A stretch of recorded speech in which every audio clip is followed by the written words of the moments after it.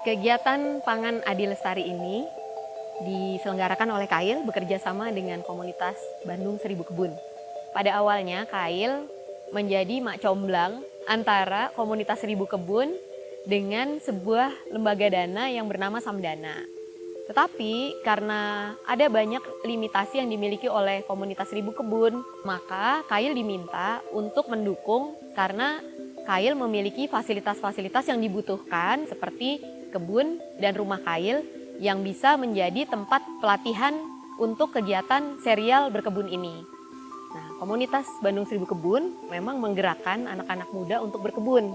Mereka membuat anak-anak muda yang tadinya jauh dari dunia pertanian menjadi dekat dan menyukai berkebun. Mereka berkebun di lahan-lahan perkotaan dan mempostingnya di Instagram dan sosial media sehingga kegiatan berkebun menjadi lebih populer di Kota Bandung. Dan Seribu Kebun tuh butuh partner lah. KAIL tuh punya banyak knowledge soal konsep ekonomi alternatif. Dan ternyata Samdana juga concern sama ketahanan pangan dari keluarga, dari rumah gitu kan. Jadi nyambung lah di situ. Kita cerita KAIL ke Samdana, akhirnya ya bikinlah program si pangan lokal Adil Lestari ini. Kegiatan ini secara umum dibagi menjadi dua bagian. Yang pertama adalah serial pelatihan berkebun. Kegiatan yang kedua adalah serial refleksi pangan. Kegiatan serial pelatihan berkebun ditujukan kepada mereka-mereka yang menyukai berkebun. Jadi mereka ingin meningkatkan keterampilannya, bagaimana caranya berkebun dengan cara yang berkelanjutan, bagaimana mengolah lahan mereka sendiri, dan mereka bertemu dengan teman-teman yang sama-sama pencinta kebun.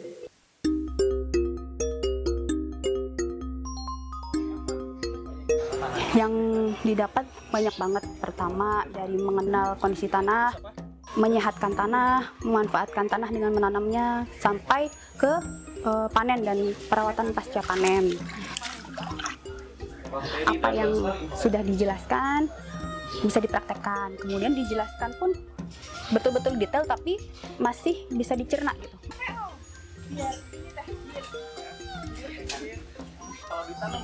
Saya belajar gitu di pertanian sini bahwasanya kalau lahan terbatas itu bukan jadilah halangan, bahwa kita tuh bisa gitu bertani dimanapun dengan lahan terbatas kita juga bisa gitu. Nah, kelompok hobi ini kemudian didampingi selama 4 bulan untuk menanam di lahan masing-masing selama satu siklus musim tanam. Merah-merah ya. Kalau di sini saya cuman merawat aja. Kalau nggak ada yang merawat kan gimana gitu.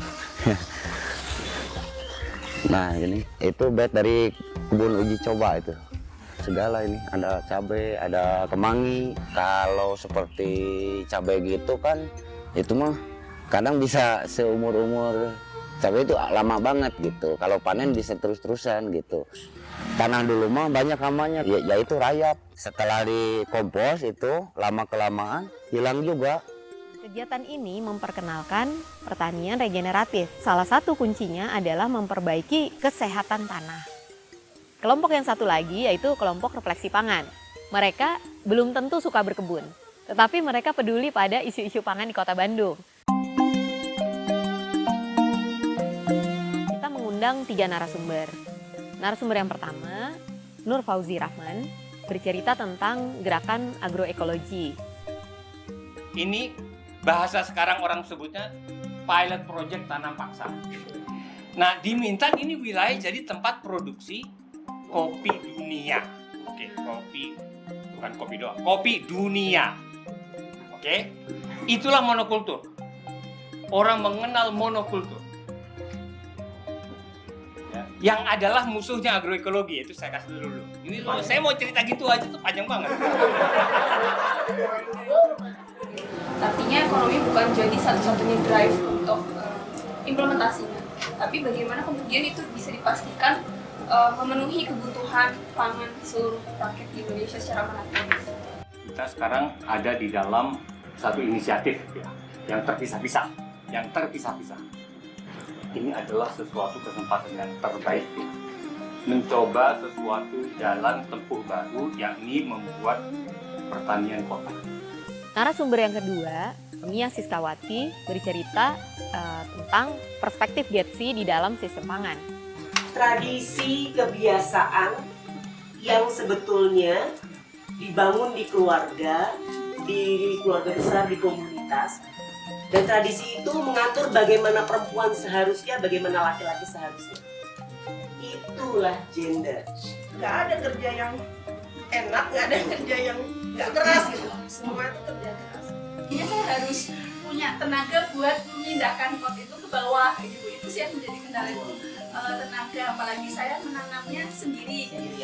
Pembedaan yang sangat ketat, terutama antara perempuan dan laki-laki dalam berbagai konteks itu bisa menimbulkan berbagai bentuk ketidakadilan. Getsi itu kesetaraan gender, disabilitas, dan inklusi sosial.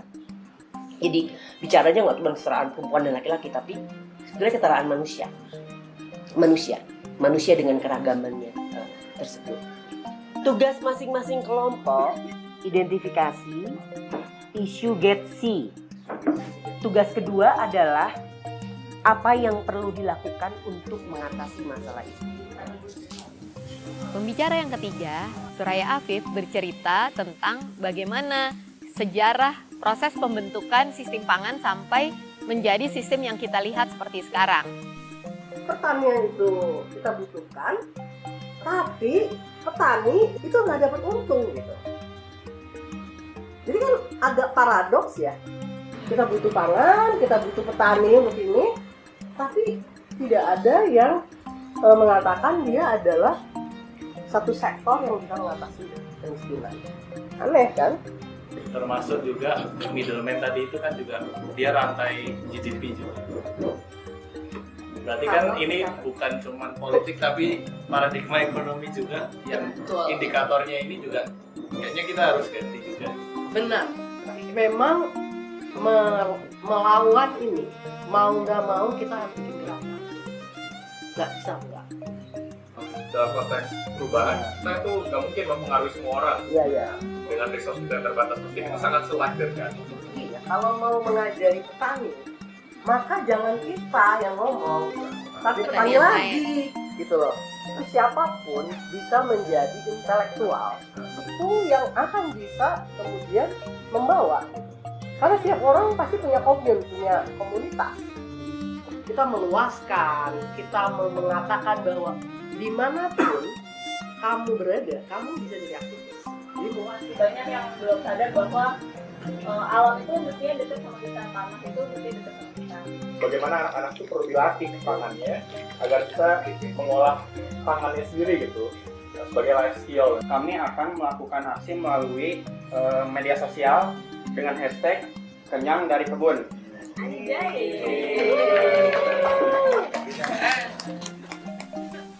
Kalau lagi pelatihan kebun, masaknya dari hasil kebun kail ya seadanya, misalkan daun pepaya, terus ada kangkung, itu singkong, organik yang bagus sih sebenarnya. Ingat saya ya waktu kecil nggak ada, jarang pestisida. Kalau orang tua dulu kan umurnya kan 100 tahun, sekarang enggak, jarang yang nyampe segitu karena mungkin dari makanan juga sih. Saya memiliki harapan besar terhadap kelanjutan dari gerakan ini.